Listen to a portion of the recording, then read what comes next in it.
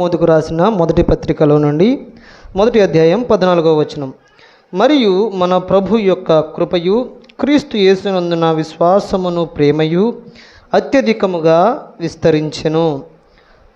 స్తోత్రాలు చెల్లిద్దాం చదవబడిన లేఖన భాగాన్ని బట్టి.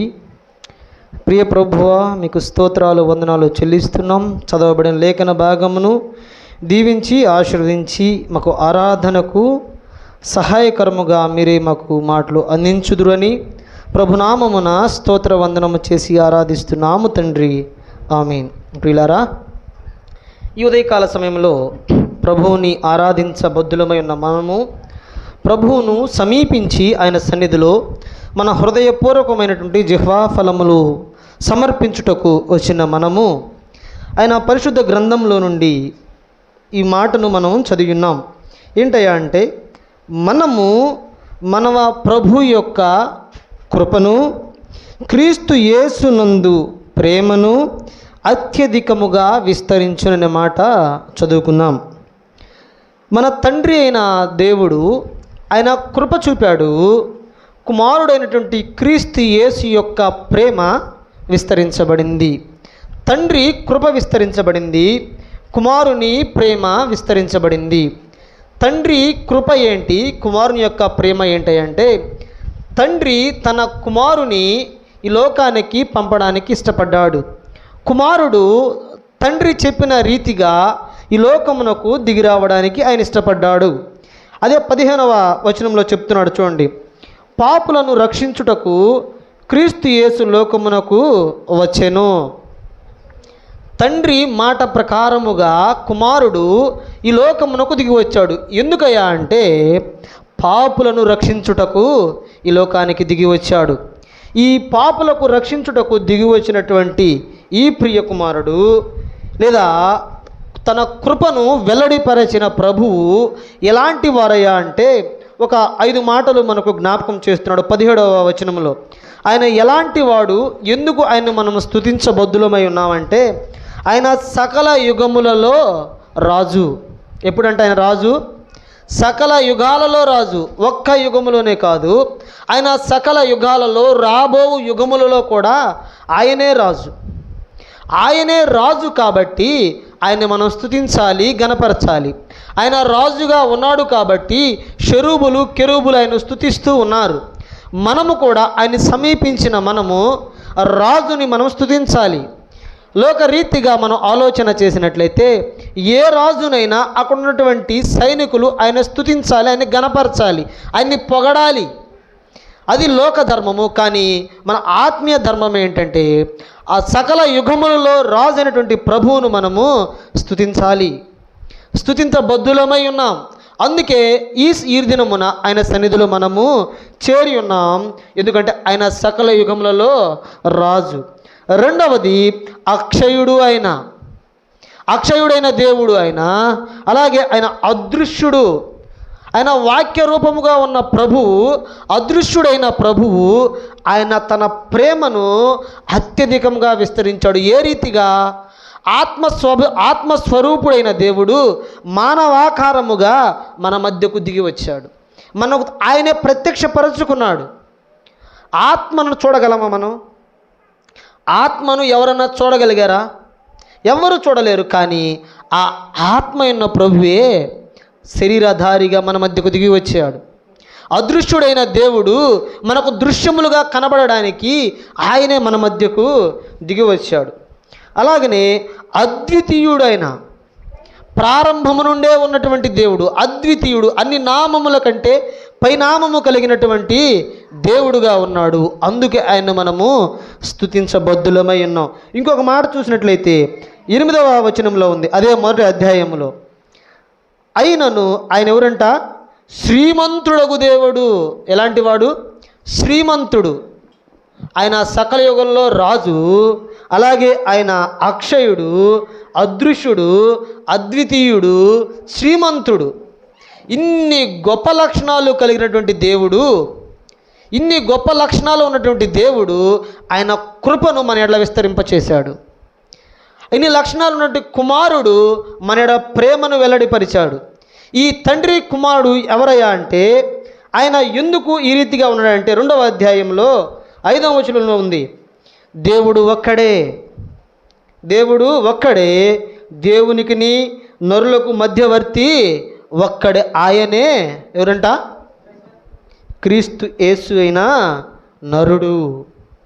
క్రీస్తు యేసు ఎవరైనా రాజులకు రాజు, అదృశ్యుడు, అద్వితీయుడు, అలాగనే ఆయన అక్షయుడు, శ్రీమంతుడు, ఇన్ని లక్షణాలు ఉన్న ప్రభువుని ఇక్కడ ఏం చెప్తున్నాడంటే క్రీస్తు యేసు అను నరుడు. ఆయన సంపూర్ణ మానవుడుగా కనబడుతూ ఉన్నాడు. అపోస్తలుడైన పౌలు తిమోతికి రాస్తూ ఉన్నాడు ఈ మాట. ఆయన శ్రీమంతుడే, ఆయన అద్వితీయుడే, ఆయన సకలంలో రాజే, ఆయన అక్షయుడే, ఆయన అద్వితీయుడే, కానీ ఆయన మీ మధ్యకు ఎలాగొచ్చాడంట? ఒక నరునిగా ఉన్నాడు. క్రీస్తు అను నరుడుగా మన మధ్యకు దిగి వచ్చాడు. ఎందుకు ఆయన మన మధ్యకు క్రీస్తు నరుడుగా దిగి వచ్చాడంటే 6వ వచనంలో ఉంది, 2వ అధ్యాయం 6వ వచనంలో, ఆయన అందరి కొరకు విమోచన క్రయధనముగా తను తానే సమర్పించుకోవడానికి వచ్చాడు. తను తాను సమర్పించుకోవడానికి, అందరి పాప పరిహారార్థము కొరకై, అందరినీ విమోచించుట కొరకై ఆయన ఈ లోకానికి వచ్చాడు. ఇందాక చూసినట్లు 1:15లో పాపులను రక్షించుటకు, మనల్ని విమోచించుటకు, విడుదల చేయుటకు ఆయనే శరీరధారిగా మన మధ్యకు దిగి వచ్చాడు. ఆయన ఎలాంటి లక్షణాలు కలవాడంటే సకల యుగాలలో ఉన్న రాజు. అందుకే 17వ వచనంలో అంటున్నాడు, సకల యుగములలో రాజయుండి అక్షయుడును అదృశ్యుడగు అద్వితీయ దేవునికి ఏమేమి కలగాలో చూడండి, ఘనత మహిమ ఎప్పుడు కలగాలంట? ఘనత మహిమ ఎప్పుడు దాకా కలగాలి? యుగ యుగములలో ఆయనకి ఘనత కలగాలి, యుగ యుగములలో ఆయనకి మహిమ కలగాలి. అందుకే మనకు తెలిసినటువంటి కాలక్రమములో ఆయన నిత్యము స్తుతింపబడుతున్నవాడుగా కనబడుతున్నాడు. ఆఖరికి మనం చూసినట్లయితే మనకి స్వార్థ ఆగిపోయిన కరోనా దినముల్లో కూడా ఆయన స్తుతింపబడ్డాడు. యుగ యుగములలో ఆయన స్తుతించబద్ధుడు, ఆయన రాజు. అందుకే ఆయన సన్నిధిలో చేరిన ఒక ఆరాధనలో మాత్రమే కాదు, కానీ మన నిత్య జీవితంలో, దైనందిన జీవితంలో నిత్యము ఆయన స్తుతించాలి. ఎందుకంటే ఆయన శ్రీమంతుడు, ఆయన అద్వితీయుడు, ఆయన అనంతుడు, ఆయన అదృశ్యుడు, సకల యుగాలలో రాజు. ఈ రాజు నీ కొరకు, నా కొరకు ఆయన కృపను, ఆయన ప్రేమను వెల్లడిపరిచాడు. ఏ రీతిగా వెల్లడిపరిచాడయ్యా అంటే పాపులను రక్షించుటకు ఆయనే ఈ లోకానికి దిగి వచ్చాడు. ఆయన నీ పాపములు, నా పాపముల విమోచన కొరకు ఆయన సమర్పించుకున్నాడు, అప్పగించుకున్నాడు. ఏ రీతిగా అప్పగించుకున్నాడు మనందరికీ తెలిసిన భాగమే. ఏ రీతిగా అప్పగించుకున్నాడు ఆయన? ఆ కలువరి సిలువలో 39 కొరడా దెబ్బలతో ఆయన వీపి నాగేటి సాళ్ల వలె దున్నబడుతున్నప్పుడు ఎంత శ్రమను అనుభవించాడో, ఎంత బాధను అనుభవించాడో, ఎంతలాగా మౌనముగా ఉన్నాడో, నీ కొరకు, నా కొరకు ఎంత మౌనం వహించాడు. ఆ శ్రమలన్నీ, ఆ బాధలన్నీ, ఆ నిందలన్నీ ఎవరివి? ఆ నిందలు నీవి, నావే కదా. నీవు నేను చేసిన పాపమును బట్టి, అపరాధమును బట్టి, ఆయన ఆజ్ఞకు లోబడక ఆయనకి దూరముగా జీవిస్తూ ఆయన తృణీకరించిన మనకే కదా అవి చెందవలసినవి. అయినప్పటికీ ఆయన తన కృపను వెల్లడిపరిచాడు. ఆయన కృప ఎలాంటిదో చూసినట్లయితే ఎఫెసీయులకు రాసిన పత్రిక 2వ అధ్యాయంలో 8వ వచనంలో అంటాడు, మీరు విశ్వాసము ద్వారా కృపచేతనే రక్షింపబడి ఉన్నారు, ఇది మీ వలన కలిగింది కాదు. ఎవరి వరమంట? దేవుని వరమే. తండ్రి యొక్క కృప ఏ రీతిగా ఉందో చూడండి మన పక్షముగా. ఆయన ఒక వరమును మనకు అనుగ్రహించాడు. ఏంటయ్యా అంటే ఇది రక్షింపబడ్డాం, కృపచేత రక్షింపబడ్డాం, ఆయనకి సమీపముగా వచ్చాం. ఆయన సన్నిధిలో ఆయన్ని స్తుతించే భాగ్యాన్ని మనకిచ్చాడు. ఈ స్తుతించే భాగ్యం ఎవరిది? మనకి యెషయా గ్రంథం 6వ అధ్యాయంలో ఉంటుంది కదా, షెరూబులు, కెరూబులు ఏ రీతిగా స్తుతించారు. 2 రెక్కలతో వారి కాళ్ళను కప్పుకున్నారు, 2 రెక్కలతో వారి కళ్ళను కప్పుకున్నారు, 2 రెక్కలతో ఆయన స్తుతిస్తూ యెహోవా పరిశుద్ధుడు, పరిశుద్ధుడు, పరిశుద్ధుడిని స్తుతిస్తున్నటువంటి షెరూబులకు, కెరూబులకు ఉన్నటువంటి ఆ యొక్క ప్రాధాన్యతను లేదా ఆ అవకాశాన్ని ప్రభు ఎవరికి ఇచ్చాడు? ఈ దినమున నీకు నాకు ఇచ్చాడు. నీకు నాకు ఇవ్వడానికి ఆయనే తను తాను సమర్పించుకున్నాడు, అప్పగించుకున్నాడు. తన శరీరమును తన రక్తమును క్రయధనముగా చెల్లించాడు నీ కొరకు నా కొరకు. తన ప్రాణమును పెట్టాడు. ప్రాణమును పెట్టుట ఎంత కష్టము! ఈ లోకములో ప్రాణము పెట్టుట అంత సులువైన పని కాదు. కానీ ప్రభువు ధారాళముగా చేశాడు. నీకు తన ప్రాణమును ఇచ్చేటువంటి ప్రేమ చూపాడు ప్రభువు. తన కుమారుణ్ణి, తన అద్వితీయ కుమారుణ్ణి, తను ప్రేమించిన కుమారుణ్ణి నీ కొరకు నా కొరకు అప్పగించడానికి ఆయన ఇష్టపడ్డాడు. ఎంతగా ఇష్టపడ్డాడు చూడండి. మనం కీర్తన గ్రంథంలో చూస్తాం. 51వ కీర్తనలో, లేదా యెషయా గ్రంథం అనుకుంటా,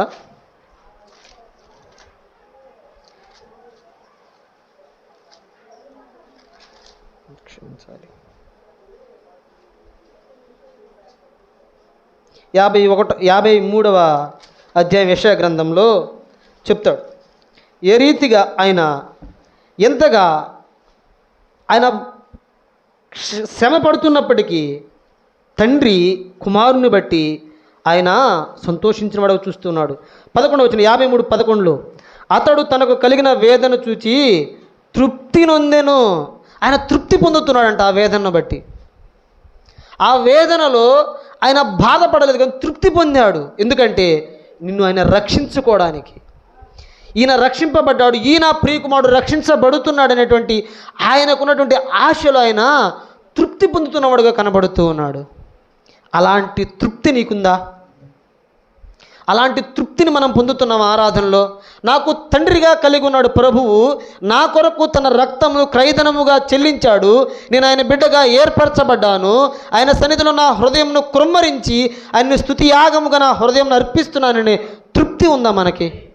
ఆరాధించే మనము ఈ తృప్తి కలిగి ఉండాలి. ఆయన మనం ఇచ్చేటువంటి ఆరాధనను ఆయన ఆఘ్రాణించాలి, సువాసనగా ఆఘ్రాణించాలంటే మొదట మనం తృప్తి పొందాలి. మన తృప్తిని బట్టి ఆయన తృప్తి పొందుతాడు. ఆయన నీ నా స్తుతుల మీద ఆసీనుడవుతాడు. ఆయన ఆ శ్రమలలో కూడా, ఆ వేదనలో కూడా ఆయన తృప్తి పొందాడు. 12వ వచనంలో, ఏలయనగా మరణము నొందునట్లు అతడు తన ప్రాణమును ధారపోసెను. ఆయన ధారపోసాడు ప్రాణాన్ని. ఆ శ్రమలలో తృప్తి పొందుతూ తన ప్రాణమును ధారపోసాడు. అయితే మనము మన స్తుతిని ఆయనకు ధారాళముగా అప్పగించాలి. మన బలియాగమైన మన హృదయమును ఆయనకు ధారాళముగా అప్పగించాలి. అప్పుడే ఆయన మన స్తుతిని, మన స్తోత్రమును అంగీకరిస్తాడు. మన స్తుతి స్తోత్రము. తండ్రి కృపను చూపాడు, కుమారుడైన క్రీస్తు ప్రేమను విస్తరించాడు. మరి మనము ఆయన కృపను పొందుకున్నాం, ఆయన ప్రేమను పొందుకున్నాం, ఆయన ఇచ్చిన రక్షణ వస్త్రాన్ని పొందుకున్నాం. ఆయన ఎలాగో స్తుతిస్తూ ఉన్నాం.